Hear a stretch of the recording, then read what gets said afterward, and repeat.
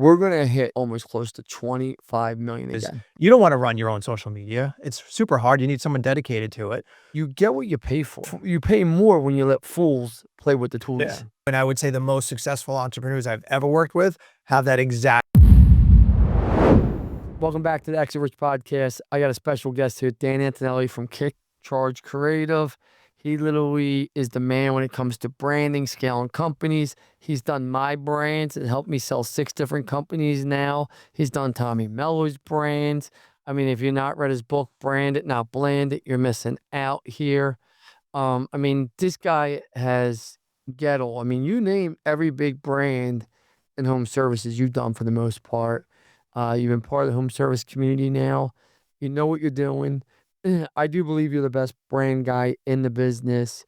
There's other people out there that do a nice job too. I mean, I have the abundance mindset of not one person can eat every fish in the ocean, right?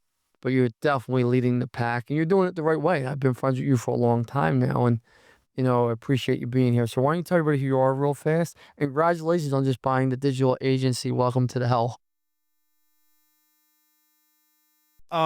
Yeah, so I run a branding and digital marketing agency in New Jersey. We have about 55 employees. This is actually our 30th year. I started the company when I was 25 years old. I'm 55 now, so it's a little crazy to me that 30 years later, I'm still doing this stuff, but we have a great team. So what I love about what we can do, a lot of what we do is obviously brand centric in our approach, meaning that the brand is the most critical part of that marketing journey. But I love the fact that we can offer branding, traditional marketing collateral, digital marketing, social, email, and then strategy. So everything under one roof so that everything is on brand, no matter where that customer is in the journey in trying to hire a home service contractor. Everything looks the same. The voice is the same. The graphics are the same. All those things are super important. And that's kind of the philosophy in which we were founded on. We're going to talk a lot today about marketing. I believe marketing is the biggest piece to growing any business, right? Actually, sales is the biggest piece, but marketing plays into sales. If you don't have leads, you got no one to sell, right? So let's just talk. But I want to talk about this first, just for my own self-enjoyment, because I spent almost 30 years in digital marketing. Most people don't know. Most people do know that, but it's hell, man. Tell me what it's like. First of all, buying a company is not easy. Mm-hmm. It's just not. So you bought, if I believe correctly, Leveragey. Yeah. I'm assuming you're going to kill that name. No, we didn't come up with that name. No, I'm assuming you're going to kill. Oh yeah, that's gone. That's gone. Yeah, that name sucks. Yeah, that's just folded in. That name sucks. Not being it just does. So talk to me about the process of buying it, because was it easy? Those things are never easy. You've gone through. If you lie, I do want to. Not to say, oh my God, they're a piece of cake, and we talked to a number of different digital marketing companies, and you just try to see what synergies you have. And also, I think one of the most important things is what do they stand for? Is the product that they were offering and building for these home service companies, was it a legit product, right? Because digital marketing, as you know, like has the worst reputation. There's a lot of smoke and mirrors type of stuff happening. And so we were very diligent, I think, in that process of making sure that these guys know what they're doing. They actually have a great product. They have great reviews. And they're delivering an amazing service, right? So that was most important to me, because if I'm going to put the Kick Charge brand name onto something, Absolutely. It's got to be legit. It's got to be 100% on par with what we're known for. So that was a big part of our sort of due diligence process, is really just making sure whoever we were considering for that acquisition, that they were aligned in values and in mission. And, that company had great reputation, was more of a boutique firm. So it wasn't like, sort of a marquee name within the home service space for digital marketing, but they had a decent following. I mean, right now we're at like about 50 home service companies that were managing all of their digital marketing. So they had a very good core group of customers. They had a average life expectancy or life term for every client was north of 3 years, which I think long in the digital space, which is pretty good, as you know. That's very long. And a super low churn, like 4%, 3% churn rate. So like they're not bringing them in. So it's more white glove service. It's not like, when I had my digital agency, I think I had 700 clients when we left, right? I mean, close to 100 employees, right? Like, the churn rate was not even close to 4%. I mean, but that's most agencies. You know, we were friends a long time. Yeah, everyone will bullshit you, like, we got no churn. You have churn if you own a digital agency, no matter who you are. You just have churn. It's impossible. Like as a branding agency, you probably don't have much churn unless you just can't get to the person. Makes sense? Yeah, I waited too long. Yeah. I can't wait any longer. That's probably your biggest complaint with branding. I'm assuming, right? Yeah. Right? Timelines. Timeline, yeah. So with digital, it's a little different. You could be crushing it for you had to get the call by now, and you go look, and you're like, yo, dude, your leads are increasing, and you had to get that call by now, and you just sit there and shake your fucking head like. You get a couple of them. I'll tell you what, a lot of the ones that we've lost to PE. So PE had their own digital marketing company. They acquired our client, and then they moved on. But some of the ROAS that we see on our marketing spends, they're 30, 40x, 50x. Like, and so I know we're doing great with them. And sometimes they still leave. And you're like, really? Like sometimes there's just nothing you can do. It's just the way it is. Well, I look back on it and I see the PE firms leave, right? And they change their marketing. And now that I've sold the PE, so I see it from a different side because I've sold so many to PE. Yeah. And they're like, oh, we're going to leave. And what's funny is the last two I sold now, the PE, I still handle their marketing. Like they don't pay me. Yeah. It's just part of our agreement because I rolled up into the fund. Sure. Yeah. Because they're afraid to lose the lead funnel. Of course. To the own people inside. Right. Like now that is funny. Yeah. Because I say to them, you can leave. But like one of the roofing companies I sold, as you know, they immediately changed and they went to their own internal people for fucking marketing. And it was a clusterfuck. Yeah. It was like a total nightmare. I'm like, what are you guys doing? Like the GMP disappeared. It went down. Like you name it, it went wrong because they don't know what they're doing. Yeah. It's surprising sometimes that because you would say these guys are great at numbers, right? They got to be geniuses at numbers. And sometimes the numbers are literally right there. Like the data is right there. And then they still sometimes don't know how to interpret the data, which is weird to me. I think they're going to interpret the data. The problem is it's never the marketing person's problem inside. Makes sense? It's always the marketing company on the outside. Yeah. And the problem is as soon as the marketing company truly tries to help and deliver results to that marketing person inside that doesn't know what they're doing, that marketing person wants to fire you because you know more than them. Right. Like I was in your shoes for years. So like, right. So I know, and the problem is you can only be involved so much, right? And so the guys that are CEOs, CMOs, and all these other people, they can't be down with I don't want to say everyday meetings. They don't even know what's going on in these meetings, and they're getting the wrong information funneled up. They're getting told, hey, listen, blah, blah, blah, agency, they don't know what they're doing. They're shit in the bed. They missed this one timeline. We got to go find someone else. Yeah. And that's why they just blow through agencies. When really, if I was them and if I owned, I mean, you see here, LB Capital, we have a marketing person, quite a few of them, but really what we do is we use them to hold our agencies accountable that we work with. Yeah. And I understand the data. I'm fortunate. Bill understands the data. Yeah. So like, I know, but we manage it all. Here's a question for you. Home services. Let's just talk about marketing. Why do so many home service companies not do marketing? Because you see the same people at the conferences and we'll have conversations with them like, I'm spending 3%, 2%, 4%. I don't believe you can spend that amount and grow. Like, unless you have not penetrated your market. Like, I'm not talking about the guy that does $3 million a year, you rebrand them and you make it incredible. And then they spend 5%. Yeah, well, you're going to fucking grow. You had no brand before. You're driving around a white van, right? Common sense kicks in, right?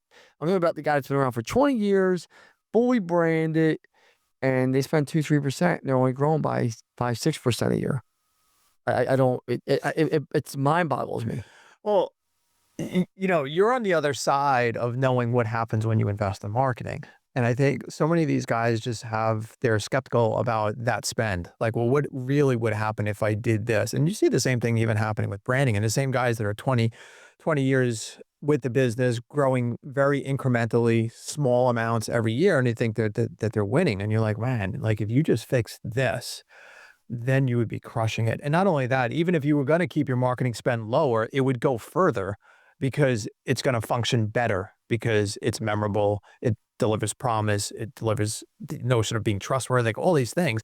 So I think sometimes I think I'm jaded in that sense because after 3,000 home service brands that we've created and rebranded, I know what's on the other side of that equation. I don't have to guess about what's going to happen if this company chooses to rebrand. Like, I know what's going to happen. But for those who have never experienced it, those are the same people that are like, oh my God, like that much money for just the logo or that much money for just a brand. Like, I could just get that, my friend does it, or I could go to Fiverr, I could go to AI and get a logo. And you're like, really? Like, so like, but you know what happens when you invest in branding. Like, you've experienced it, you know what happens. But if someone who's never experienced it, they're like, oh, that's bullshit. Like, that's not going to affect me. That's not going to change my culture. That's not going to change my KPIs. I don't want to go into too many details, but I gotta assume the Munns brand was probably your best ROI ever for such a fast turnaround. Yeah. And I would tell you it was the fastest growing brand we've ever been a part of, I think. Also, when I tell people that story, they're like,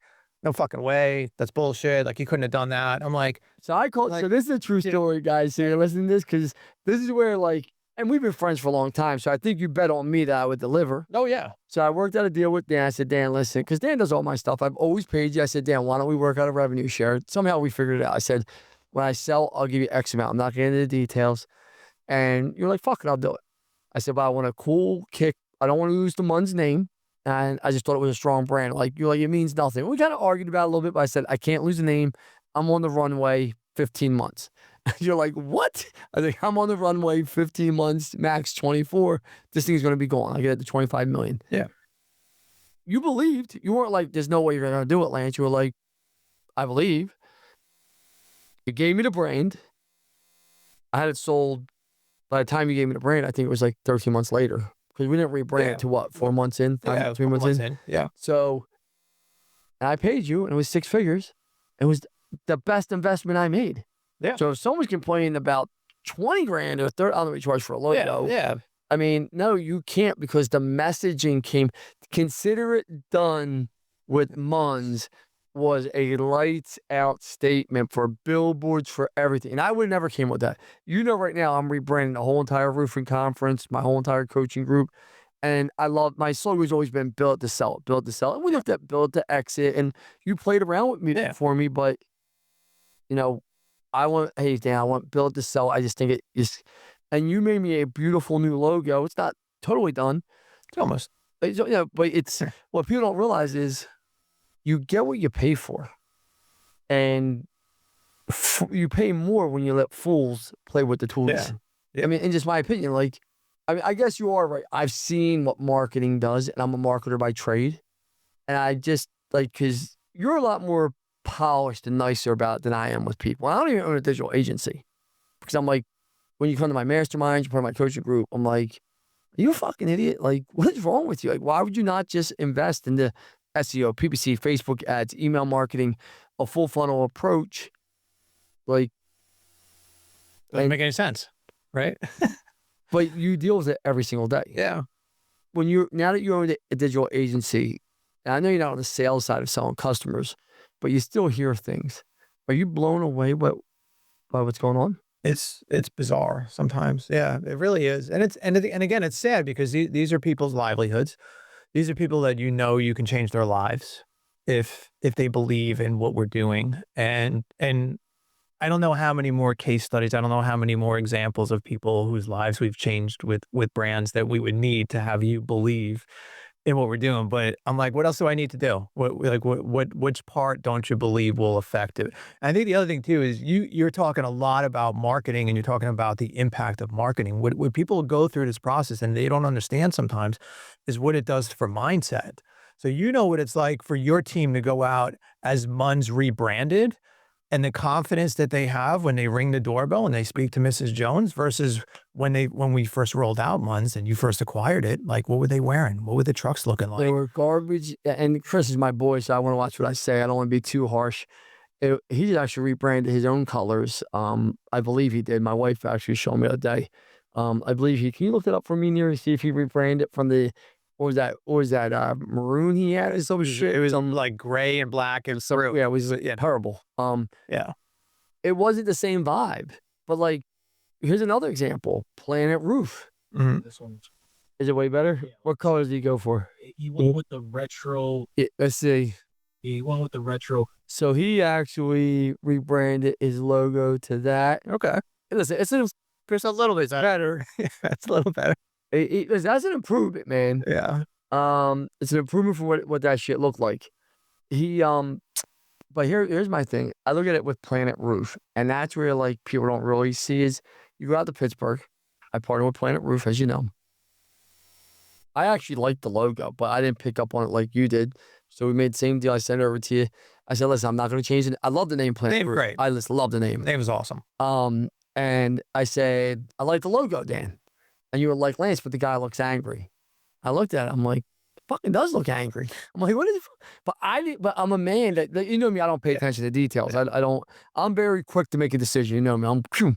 So, which is another trait, by the way. We could have a whole podcast on that particular trait because that is the other trait that so many guys just get completely hung up on and they cannot make a decision. Oh yeah, no, and working with someone like you, and I would say the most successful entrepreneurs I've ever worked with have that exact same characteristic where they don't need committees. They don't need a large amount of people to agree with them. They make a decision and then they own it and they run with it. And those are the guys, I'm telling you right now, if I were to pull my most successful companies that I've rebranded and the characteristics of the owners, that is one of the key characteristics is that they make decisions quickly.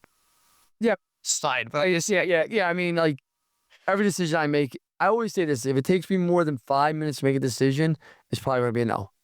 Because I just have to think too long. Like you should know is this a good thing to do or not. And I can change it if it's a bad decision real fast.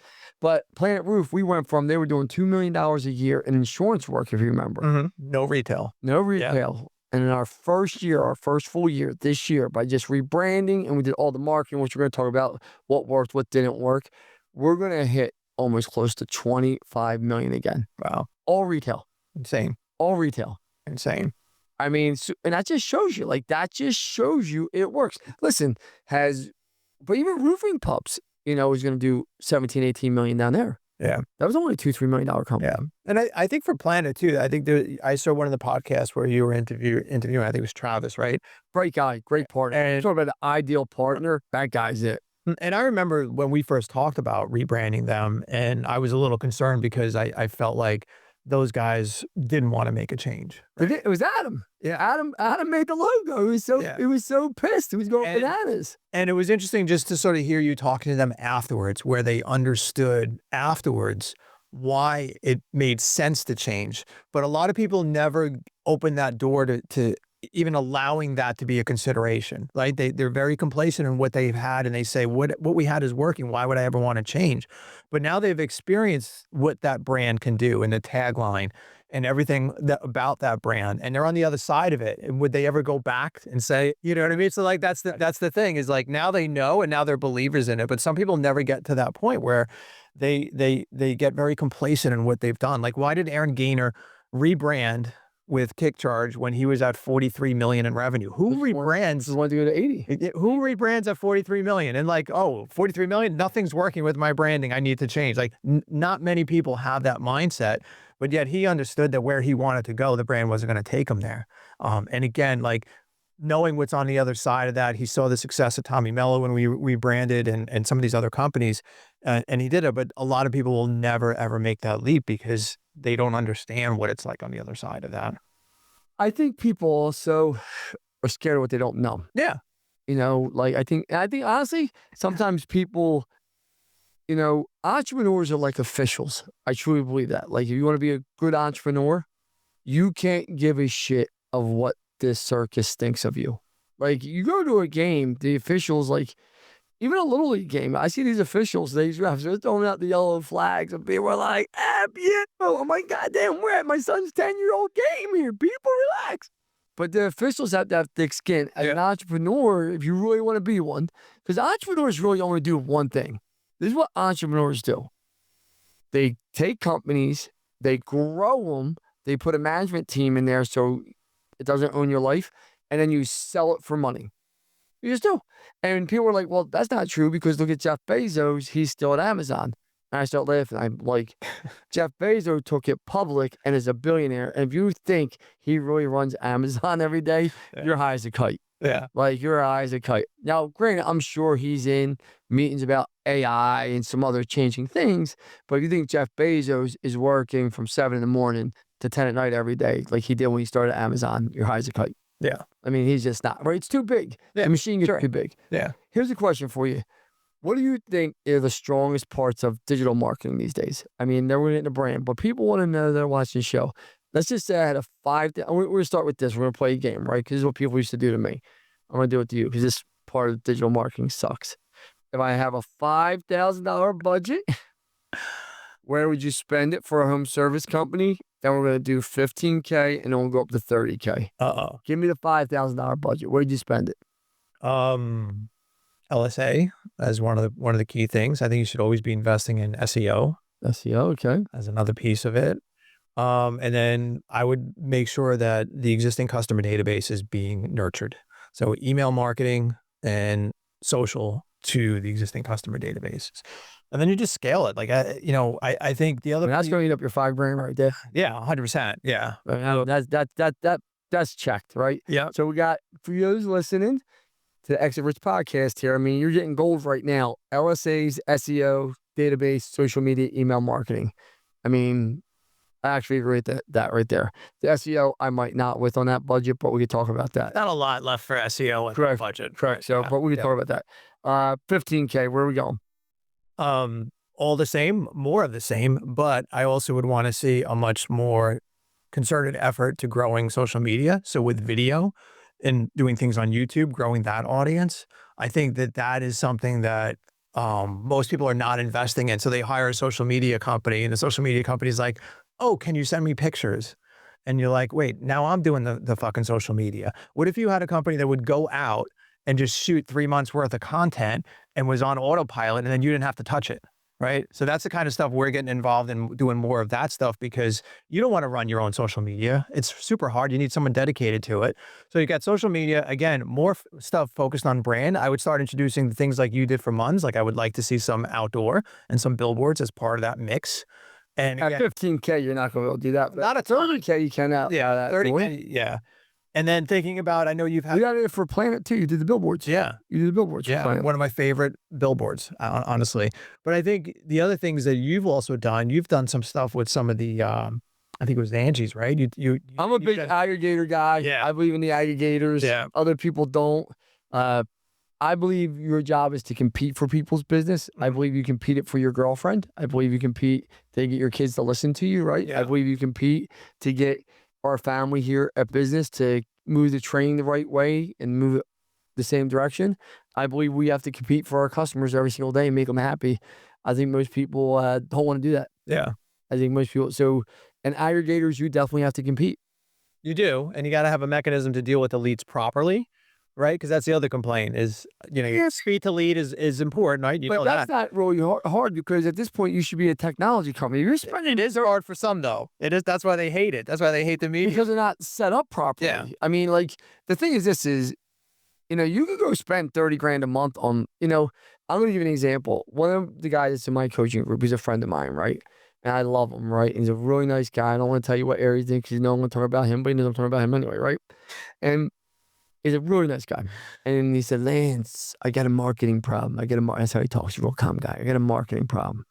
I start looking at his P&Ls. I start looking at his stuff. I open up his market. So I open up Service Titan. And I see a 4% close rate on sales. 4%. And I said, my man, you don't got a marketing problem. You got a closing problem. Yeah. I was like, these guys couldn't sell coffee at Dunkin' Donuts. He said, what? I said, these guys couldn't sell coffee at Dunkin' Donuts. He's like, they're my friends. These are great guys. They go to church with me. I'm like, they might be the best fathers, the best people in the world, but they're shitty salespeople. Yeah. They need to pray for more sales, I guess.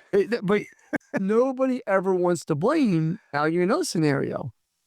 600 abandoned calls somebody had. 600 abandoned calls last month. I don't have a digital agency. I got no dog in the fight, so I don't give a shit. I tell people. It's always the digital marketing companies. Like, people would not want me back in the digital space because heads would roll. Yeah. Because I would be the biggest agency inside of a year for one reason. I wouldn't give a shit because I'd say to any client of mine, listen, I've been through this for 17 years of hearing your bullshit. I don't need to anymore. let me just tell you the real story. Your CSR sucks. Yeah. There's 600 abandoned calls. Here are the 600 abandoned calls. You want to fire me? You want to fire her? Yeah. You decide, because she sucks. And I don't. I think it's so funny that you're saying this too, because what Searchlight is, right? You know what Searchlight is? I love Searchlight because Searchlight, first of all, holds the digital marketing company accountable. It does. But secondly, you can identify all the problems that are happening on an operational perspective, and it's right there in black and white. People don't want to hear about their operations. No, they don't. But like, I'll give you an example. We just had a client. He had a $9,800 ad spend with us, and we generated $800,000 worth of revenue opportunity. Imagine that, like 100 to 1. Yeah. Crazy numbers, right? His booked amount, the closed sales was 400. So I'm like, dude, what happened to the other 400,000 in revenue opportunity? And then you look at his booking rate, and his booking rate was south of 40%. I'm like, dude, what is happening with why are our booking rates horrible? So like, you can't run from the data, you can't hide, but it's right there for the owner to see. If I solve my booking rate at 40% and I could get that even just to 60%, that's another $200,000 in revenue right there. Like, They don't, the data to them is just fake money. It's like all bullshit. Like, that's the problem. it's fake money. So until you have it, it's fake money, I guess. But yeah, no, I get it. I had, I'm not gonna say who, I had a guy I was talking to probably 3-4 weeks ago, right? And he said to me, the dating world's really tough out there. I believe the dating world is really, really tough out there in this day and age, right? And this is where like I compare data to business owners and managers, right? And he goes, and I just said to him, I said, it's really tough for you, huh? He goes, yeah. I said, well, did you think about brushing your fucking teeth? He's like, what? I'm like, did you got shit on your teeth? I'm like, no offense, you're overweight. This is a 40-year-old guy. I'm like, you're overweight, like overweight. I'm like, it's tough for you because you're not doing the proper things to get dates. As like appearance matters. Yeah. The same thing when you're an entrepreneur. It's tough for them, their businesses to grow because the data matters. The data is the only thing that matters. Yeah. And people don't want to look at data when it comes. And I only live by data. I love data. That's why I did the second edition of the book. I bet you didn't 10 years ago. No, because I didn't understand it as much. I didn't understand the impact. But then who'd you start hanging out with? Well, people that study data. Tommy Mello told me so much about data and the numbers and goal setting and what's the relationship between booked calls and revenue and close rates, like all those things. It's not actually rocket science. Like, it's very logical if you look at it. It's the most elementary part of success that I've ever had. Yeah. Hey everyone, thank you for joining us today. I want to give a quick shout out to our sponsors, Service Titan and Rilla, our technology of choice to helping us scale and grow our business and making sure all of our viewers have the technology to scale their business so when they want to sell it, they're able to. And that's the only reason I'm successful at it, because I'm not a smart guy. I tell people that, Dan. You know me a lot of times, you gotta be like, damn, this dude sold 6 companies out, right? I know you bust my balls about it, Dan. You have to behind my back. Well, yeah, as far as you know. But no, all joking aside, it's so elementary. Yeah. It just really is. And it's all math. Like, that's all it is. Most startups give you but it's not even complicated math. It's like, you want to build up Planet Roof to 25 million in revenue. You know exactly how many leads you need per month. You know exactly how many people you need to handle leads. What your average ticket must be, what the close rate is, like, and it's just numbers, right? So again, like, you work backwards from those goals, and that's how you determine how much you should be spending on these different channels, right? I mean, that's like, how many people actually do that exercise with you though? And be honest, how many? Not many. There you go. So that's crazy to me because we do it all the time. Yeah. Like, we're constantly doing it, looking at it. Here's a question for you. SEO's changed. Some people think SEO is dead. I just want your verbiage on it. Well, it was interesting. Right before Pantheon, Google had a conference, and Camp Digital, you know Katie from Camp. You're friends with her. She runs a great organization. She runs a great shop. And I had clients at that Google meeting. I was there. Yeah. And they were texting me the pictures and how Google was so focused about talking about brand. It wasn't about AI search. It wasn't about anything related to that. It was how important it is for the visibility of your company on these different platforms, these different channels, YouTube, Facebook, organic, those types of things, right? So I just think it's kind of interesting that Google themselves are talking more and more about how important your brand is. When they talked about AI search a lot, they were just saying, they brought brand in, and what they were saying is Yeah. you can't have a shitty brand, you can't have a bad brand. Your brand awareness is going to affect where 100%. everything else, and that's common sense, Dan. Well, no, it's not. It's not. You think it's common sense because you know what it's like. You understand that. But that's not common sense to people. Yes, it is. That at this day, there's no way you're trying to tell me people don't. Come on, dude. Like, why are people paying like $200, $300, $400 a lead? Why? Well, I mean, in some markets, you just have to. That's what it is. Like, that's a fact. Now, if you want to say get a blended one with your brand, yeah, that number comes down. Yeah. But your agency, I'm telling you right now, and no fucking agency out there is getting an HVAC lead, non-branded, not blended, in Arizona. Well, Phoenix or Vegas. So yeah. No, I get it. Like no one's gonna. I don't care who you. I'm gonna call bullshit to anyone that says that, and I'm gonna say, listen, anyone that tells me that, I got $1 million. I'm gonna put up on the table. You put your $1 million up, and I guarantee you, I walk away with the $1 million. But let's look at now blended. I'll take it. Like a blended one, without a doubt, those numbers come down significantly. And this is what is more important. That's why I wouldn't be selling people on Dan if I was you. Is that what I would sell on this is the first thing private equity firms look at is what is your direct traffic to your website and to your LSAs and GMB. They want to see your name, brand, and what that value is to revenue. Yeah. That's a fact. Yeah. That's really where, that's the first thing they look for. Yeah. And if you're paying on aggregators, and you're probably not going to sell to a private equity firm. Yeah. Like that's just that's where all the lead sources come. No, I'm just telling you honestly. Like that. So like that's why I'm not trying to get heated with you, because I love.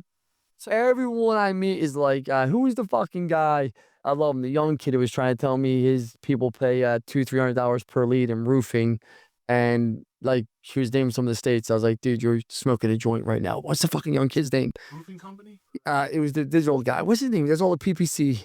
Oh, the guy from South Africa? Yeah, no, not Dean. Dean's a good guy. Dean, listen, Dean has no bad intent, but he does the whole blended thing too, which I get it.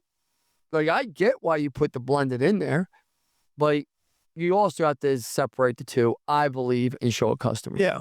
But, that's where PPC, but Google isn't the bid system everyone thinks it is. They raise their own pay-per-click themselves because simple. They know what the average job of some of these services are worth, so they're going to pay for it. Yeah. Well, let me talk 1 second about why I did the second edition of the book, because we're talking a lot about data. I'm going to read the second edition. I haven't read the second edition. I've been lying to you, but I do appreciate you bringing me the book. So one of the things that I did is after I published the first edition, which was a little over 3 years ago, I started collecting data, and I started saying, okay, in as much as we love making pretty things and pretty brands, pretty truck wraps, websites, all these other things, who cares if it doesn't convert, if it doesn't lead to increased average tickets, booking rates, close rates, all those other things? So I compiled all this data, and there's one study that we did that I just want to share with people, where my friend Eric at Rival, he had about Rival Digital, yeah, had like 60 or 70 companies that are managing the digital marketing. Out of the 60 or 70, believe it or not, 25 of them were Kickcharge clients. So I said, Eric, do me a favor, run some numbers for me. I want to know how the 25 Kickcharge brands perform in comparison to the 25 non-Kickcharge brands, and tell me what you can. There it is. There's months in there. So tell me what the data shows. So he gave me the data on branded keyword searches. So how many people are searching the name of the company on a monthly basis compared to the 25 non-Kickcharge brands. So that number was about 550 to 50. I believe that. So 550, so 10x people are searching your name. Okay, so all right, great. They know your name. They go to your website. Now what happens? What's the conversion rate when they land on that homepage? Okay, another good metric, right? Another good KPI. So the Kickcharge, if you did the website, if you did the brand and you did the website, it should be high. It should be higher, right? So I think the standard is, around 10% or something. For a branded search term? Yeah. Yes. Something like that. So the Kickcharge brands were converting at 12%. And the non-Kickcharge. Hold on, let me guess. I'm going to say less than 2%. No, not quite that bad, but 6%. So here. So double. So Kickcharge brands double the conversion rate and 10x the number of branded keyword searches happening per month. So why is that happening? Well, again, the trust signals that are happening, all that visibility within the community, seeing the trucks, establishing trust. They hit the website. I've seen that truck in my neighborhood. I've seen that truck there. I've seen it with Mrs. Jones. Okay. they must be doing a good job. Like that data, you can't make up that data, right? So that's when, Google's talking about the importance of brand. That's part of it. Like your PPC campaign, your LSA campaign is going to be infinitely more successful if people know who you are.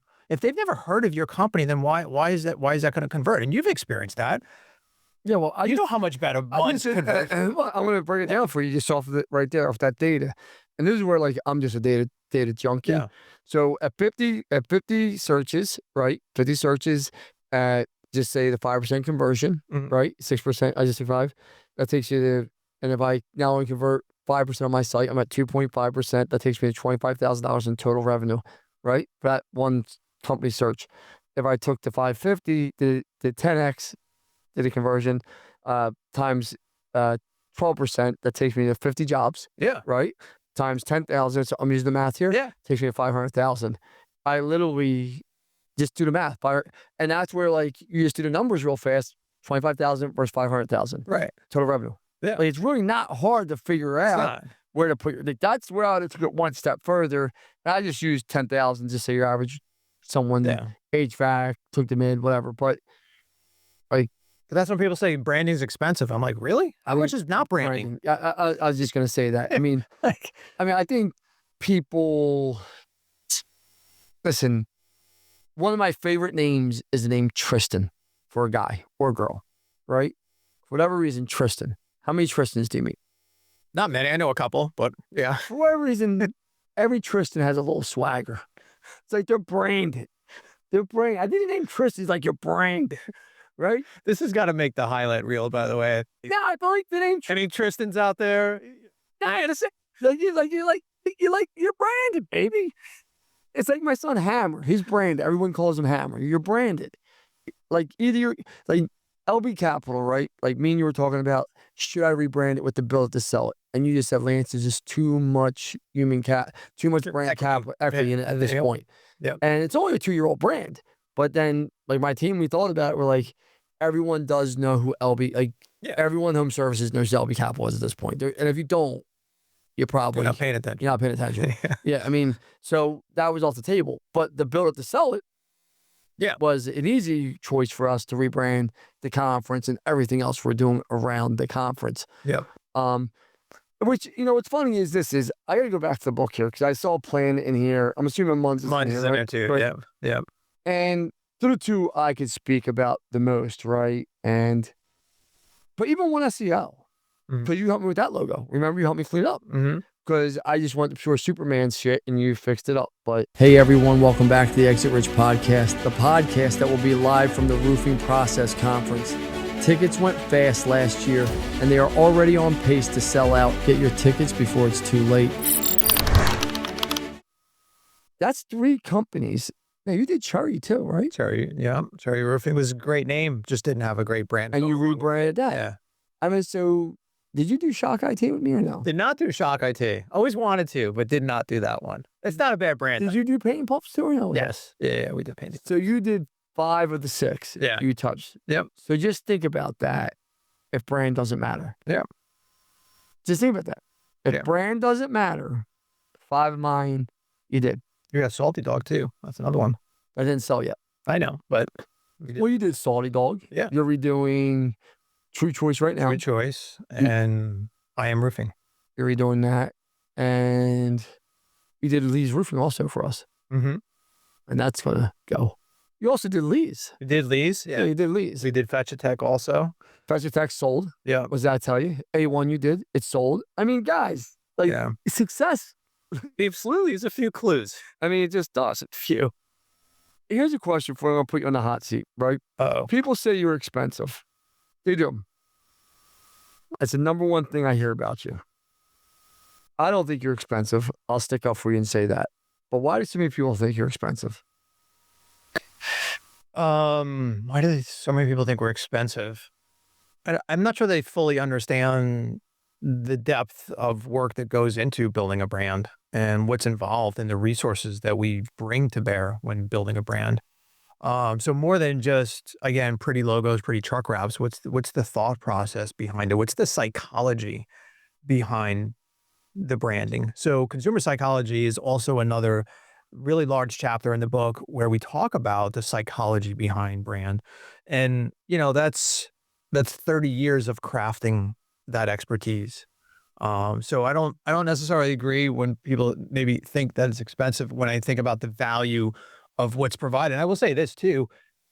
I can't think of a single instance that anyone's gone through the experience and then 6 months after is like, oh yeah, we overpaid for branding. No, nobody ever says we overpaid brand. They always say, shit, you should charge more. You should charge more. You want to know why I think people think you're expensive? Yeah, tell me. I think because people peddle dog shit. No, I mean, that's seriously. I think social media has become such a place Yeah, there's a lot where of crap. people just talk crap. Where Yeah. people just, they go do a chat GPT logo, or they steal one of your brands, which I've seen multiple people do, and do a spin off of it. And I just think people just peddle dog shit, and they don't build businesses, and they don't understand the psychology behind messaging, the psychology of making people feel good. Yeah. And brands and logos make, there was a guy in Coke. I don't know if you ever heard this story. And he was over in a third world country, and nobody could get it to go. Coke, just like 40 years ago, no one could get it to go. No one could get Coke off the ground there. So he sent this young kid over, VP, and he said, "Listen, if you can get this to go, finally someone gets to go." I think he was like the 11th or 12th VP to go to Coke there, and he went over there, and he's like, "The Coke brand's the #1 brand in the world. How's it not making it here?" So he watches for about a week, and he realizes all the trucks are dirty. And he says, "We're going to build a car wash." And they're like, "What?" He's like, "We're going to build a car wash." Builds a car wash. They thought he was crazy. Yeah. Every morning, every night, he cleaned the trucks. It wound up becoming their fastest growing, one of their best places. Yeah. People could see the brand. They recognized the brand. Yeah. All he did was let the brand be seen, and people bought Coke. Makes sense. I want to say one thing too, because you brought up a point about pricing, and I want to give an example of something that happened recently. I'm not busting your chops. Not at all, but I I got to ask the question. It's on here. it's a good I question. know we sway from these things. I got a few more. I know we go off tangent because I just like rapping with people. It's a good question. So we had somebody come to us and they said, Dan, we want you to rename our company and do our branding. So we said, okay, great. We gave him a whole proposal. And a couple weeks go by, we don't hear back. We follow up. He said, I found somebody that's going to do it cheaper. So I said, okay, best of luck to you. I hope everything works out well for you. And if anything changes in the future, keep us in mind. That's all. Absolutely. So another company that does budget branding proudly posts this job that they just launched, and one of my team members sees it, and the name of this company that they just launched was a brand name that we had federally trademarked. It was one of our off-the-shelf brands. Is this the Grasshopper story? No, it's not. It's not the Grasshopper story. So it's different brand name. So I look at the phone number that's on the truck, and we put it in HubSpot, and sure enough, it's the same guy. It's the guy who called us up originally and then decided to go to a budget place. So we're like, the post was mentioning that they were about to wrap 7 trucks now with this new logo with a trademark name that I own. I personally own it. So I'm like, well, what do I do now? Do I let this guy wrap 7 trucks and then send him the cease and desist? Because that would be a total dick move, and that's not how I roll. No. So we called him up and we said, hey, just heads up, here we own the trademark to that name. You can't use it. And it wasn't hard to figure out. All you had to do was type in the name and the word trademark next to it, and it was the first fucking listing. Yeah. And he's like, oh my God, they sold me a trademark name that belonged to someone else. I can't believe they did that. I knew I should have gone with you in the first place. What should I do? What can I do? And I'm like, well, you can't use that name, first off, and you're going to have to tell them that. Change his name? Yeah, he changed his name to something else. But again, those are the types of things that happen. What happened with Grasshopper? Grasshopper, there was a company that was near them called Garden Grasshopper that did landscaping, and they didn't like that she was using the word grasshopper for a heating and air conditioning company. And she won. And she won. Yeah, it was bullshit to begin with. She had a federal trademark on her own name to begin with. She's a pretty nice person. I like her. I got to spend some time with her lately. She's just like a nice human being. She's running an amazing operation. And she's doing in the HVAC space what I'm doing in the roofing space. 100%. And she seems like she really cares too. Because there's so many frauds out there. Oh, yeah. There's so many guys out there taking people. No, let's talk about that real fast. I just have a question to ask you, but goddamn, now we get on this tangent. No wonder the doctor said she should be medicated sometimes, but that's okay. But here you go. Ready? Why do people do business with all these people that say they sold companies? Because you know the 6 companies I sold. You can name every brand. Yeah. You can name every brand. You know who I sold to. Yeah. Why do all these people that never sold a company go out, they sell company, they say they did it, all these fake gurus, and people are handing them equity in their companies, they're handing them their companies, they're giving them things, and these people are getting ran into the ground. Yeah. It's sad. I mean, honestly, I can't. I mean, I was just talking about this. I can't explain it. I don't know why. Like, you would think, hey, I'm gonna do more due diligence on this. I'm gonna talk to 5 other companies that they've done this for. So hey, I can at least some of the brands. Yeah, I can make sure that hey, it was a great experience for them. It's sad because you just feel like people are being preyed upon. So I don't have an answer for it. It's But you see it, right? kind of bizarre. Yeah, I see it all the time, and it, you know, again, you hear some of the really sad stories about people who spent their whole lives trying to build something, and then they partnered with the wrong partner, and then everything, you know, went to hell. But the stuff that Amanda's doing, like He's doing well. she built Grasshopper to 25 million in revenue, and I think in 3 years, and has a playbook to follow. Very invested in leadership and growing her team. And I saw what she did with Hummingbird. And I love Chad. Right? He's a great guy. Yeah, yeah. And listen, I got not a bad word to say about Chad. Great guy. And it's right, like he went there, and I think when I knew Chad, I still know Chad, so I'm not saying, I think he was doing like 1.5 billion. I think he's doing $8 million like 2 years later. Now, yeah. Like that's amazing. And you did that brand too. Yeah, I did that brand as well. And this ain't a shot at Chad. Like, I think Chad's a great guy. And Chad, I love you, but your wife's the operation, the brains behind that operation, and Amanda definitely is. And I'm not being rude. And Chad, you're one of the hardest working dudes I know, man. Like, he is. But like, you just tell what they've done, his wife and Amanda. Yeah. And that's not a shot at Chad. I hope you know that, Chad. And Dan, like, he's a great dude. Like, I love the guy, but I'm sure Chad would say the same thing. That's a good guy. But no, and I think Amanda's brought these processes. Amanda's very deep in data. She's got an amazing marketing machine. She works with Brianna, and Brianna just slays it. Like, Brianna's a fucking genius, probably the smartest person I know in marketing. And she's partnered with people that I think want to grow their business, but are missing some of those qualities that she can help with. listen, when people come to me to partner, I always say this. If you want to sell your company in 24 to 36 months, right, I'm probably the guy. Yeah. Right? Not being arrogant. Yeah, yeah. I've done it now multiple times. If you want to work really, really hard for those months, and everything's going to change. Same thing that with Amanda. Systems, processes, leadership. Yeah. Your whole life is going to get turned upside down. Yeah. I think for the better. Yeah. Right? I think for the better. I believe that with all my heart. And you're going to get a meaningful exit that changes your family's life for the rest of your life. Yep. And I say it to everyone because like, people don't realize a check for 5 million, 10 million, not everyone's check. Like, everyone thinks you're going to be the next Tommy Mello. And you can be the next Tommy Mello if you want to be. I truly believe anyone can be. It's special what he's done. Yeah. But that dude sacrificed. Like, oh, yeah. And he still sacrifices. I'm not sacrificing like that. You're not sacrificing like him.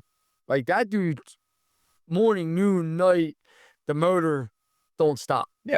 I mean, yes or no? Yeah, no, 100%. I mean, yeah. So I just think it's easier to take a company and sell it for 30 million than it is to go sell for 300 million. Yeah. I mean, and it's really not that hard to get a company to be worth 30 million. You know, you and I both know that. Yeah. It's just the right inputs. What's the difference between branding and marketing? Because that's the question I got here that I need to know. What's the difference between branding and marketing, in your opinion? Branding is raising awareness of what you do, and then marketing is the channels that you use to try to get the sale.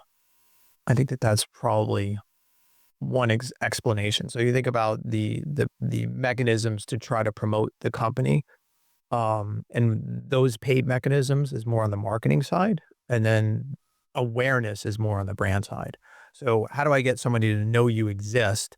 therefore making your marketing actually function better and have a better ROI. You know, that's correct. PE's coming in, you see they're coming everywhere. I just referred to Tommy. I'm going to use him again because I said anyone could be a Tommy. I said he sacrificed.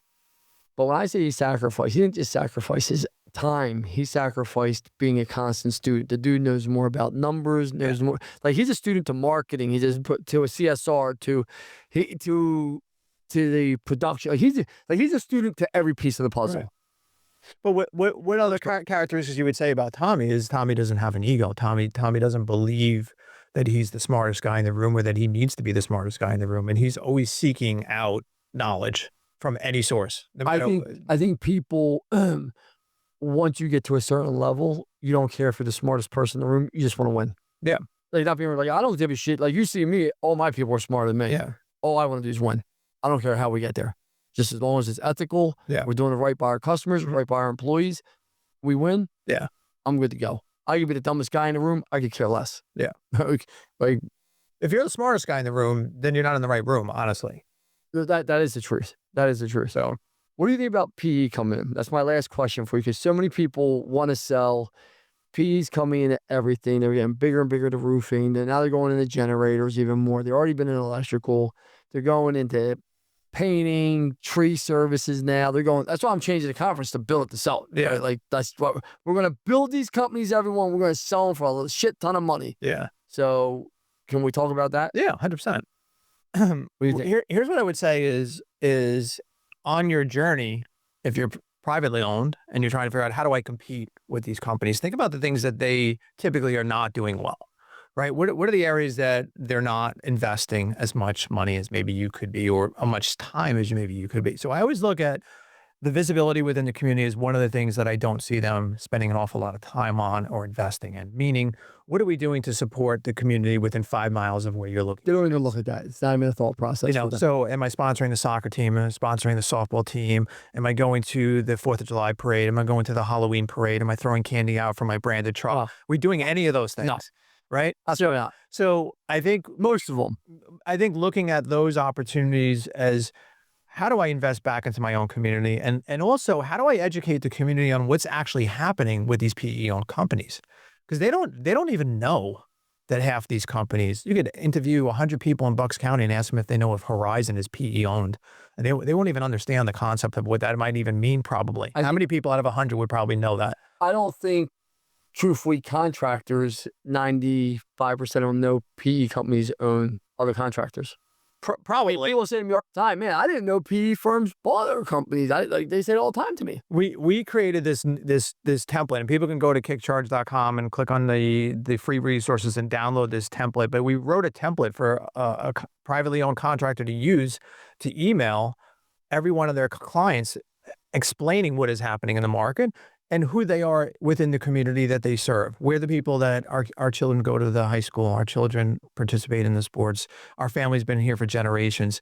The other companies are being run by people not even from this state, right? And really just trying to get that narrative out. So I think there's ways to combat some of that narrative and have people understand. So you're not a fan of the PE ball company? It's not that I'm not a fan of them. I think there's ways that you can do better at certain things. I also, again, when we talk about numbers, it's still wildly ironic. You could look at the portfolio of many PE-owned companies and you look at the brands under their umbrella, and God, there's some awful ones that they acquire and they never fix them. They never invest back in brand. I should say they never, because we work with a lot of them that understand the value of it. Some of them do. But I mean, like, I think it's a double-edged sword. I think PE guys, I think there's a place for PE firms. I do. I think they made a lot of contractors wealthy, including me. I'm not a contractor. They made me wealthy. Listen, I've been paid very generously by them, and I have great relationships, and I thank God for them. They changed my family's life, and they all, and all those companies are still running. They're still operational. They're all making money, and they're all moving forward, right? So it's a great deal for them, right? The employees, I think, get a better outcome. I think a lot of times working for PE firms, they have more security. Do you lose some of the family feel? Do I think with marketing, you're right. You got to differentiate yourself from a PE firm because you're not going to compete with their money, their budgets, their sophistication. You're not. Yeah. But I think it's good. I do. I really, really do. And I mean, shit, I'm changing everything to build it to sell it for a reason. That's how much I believe in it. Yeah. I know not everyone agrees with me. I'm not their cup of tea, and that's okay. I mean, you sold part of Kick Charge, Yeah. and eventually you're going to sell that whole thing. I mean, you're not staying in it forever. Yeah. I mean, like, you're not. I don't care who. I mean, how old are you now? 55. 55. You had a fucking heart attack, dude. Yeah. You almost died. Yep. You're not staying at Kick Charge till you're 70. No. I mean, That I can say for sure. but you know what I'm saying? Yeah, no, 100%. There's nothing wrong with that. But I think like we talked about, just what are the opportunities, right? So I tend to see PE overspending on marketing because it's 100%. easy to overspend on marketing. And that's why when you look at acquisition costs and you look at some of the money that they're spending as a percentage of revenue on that, and I say, well, how does the little guy compete with that? What are they going to do to compete with that? And being visible within their community and having everyone within 5 miles know they exist, that's one way you can compete against, because you're not going to compete against them on LSA or do it very effectively, because they're gonna just outbid you, and it's gonna cost you a small fortune to acquire every single customer. Yeah, the paid part, you're not ever going to compete with them. That's just So you know, I just always recommend to the people that are worried, and I think it's a healthy worry. Like, you should be worried about what is happening and how the market is changing.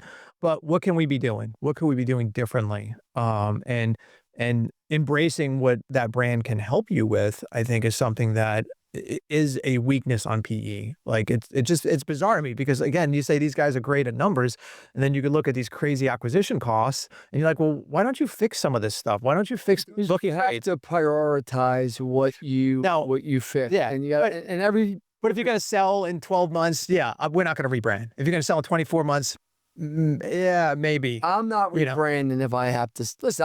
Listen, true choice I gave you, and I am roofing. Now, I'm sure they're not your cup of tea names, but I said, damn, we can't rebrand. I need new logos, new color schemes. I said, I don't give a shit what you do with them, did I? I said, I just can't change the names. Like, I give you full autonomy because that's why I hire you for, right? Yeah. Like, but to change a name inside of 24 months, I think would be just stupid.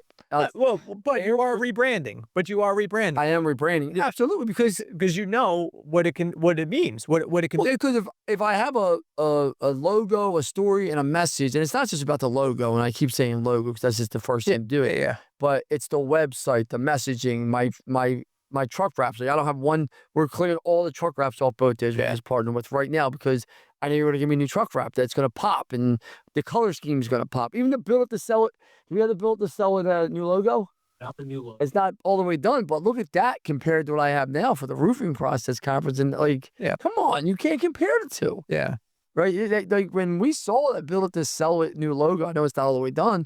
Like, everyone felt good about it. Like, it gave you, like, so I don't know. I think they just prioritize. I call it the Kelly syndrome. I love Kelly. She does what I call the zigzags, right? And she's going to be probably the best entrepreneur ever that's ever been under my wing when she goes out on her own one day, because she does a zigzag, but she doesn't know how to prioritize and say, I got to aim small, miss small for every little thing.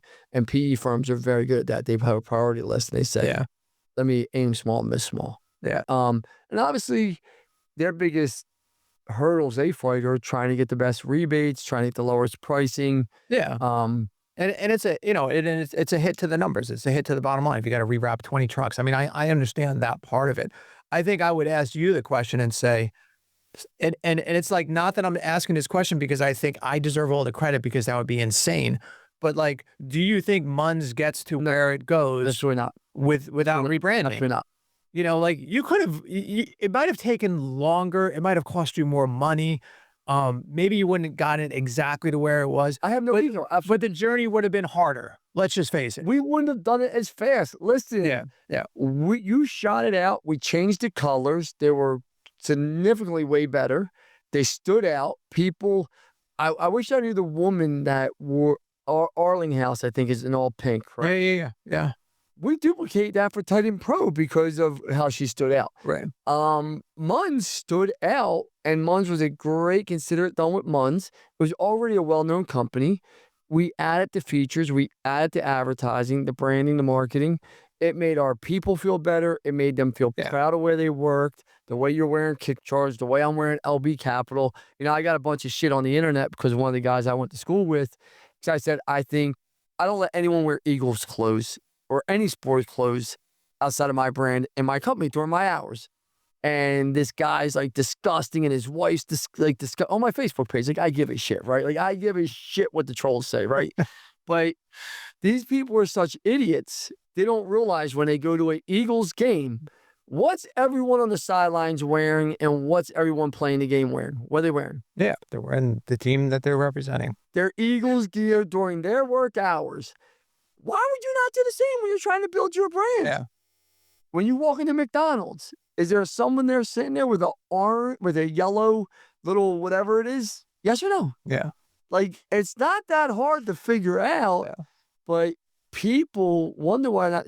And do you know how many people show up to our masterminds and all these events and they don't wear their branded? No, I'm branded. I'm like, how? How are you going to ask people, make you ask who you are, what you do? Yeah. Maybe they're not proud of it. Huh? Maybe they're not proud of it. It's the only thing I can assume. Maybe it's a shitty brand that they don't want to wear. They don't want to be. Well, no, but like, I can tell you this, you never see me in Brandon. Now, I'll wear Malvern, I'll wear my kids' football, things that are important to me. Yeah. But, you know, if I go to an Eagles game, I'll wear an Eagles jersey. Why wouldn't I? Yeah. That wasn't the point of my message. The point of my message is... I saw that message. That's great.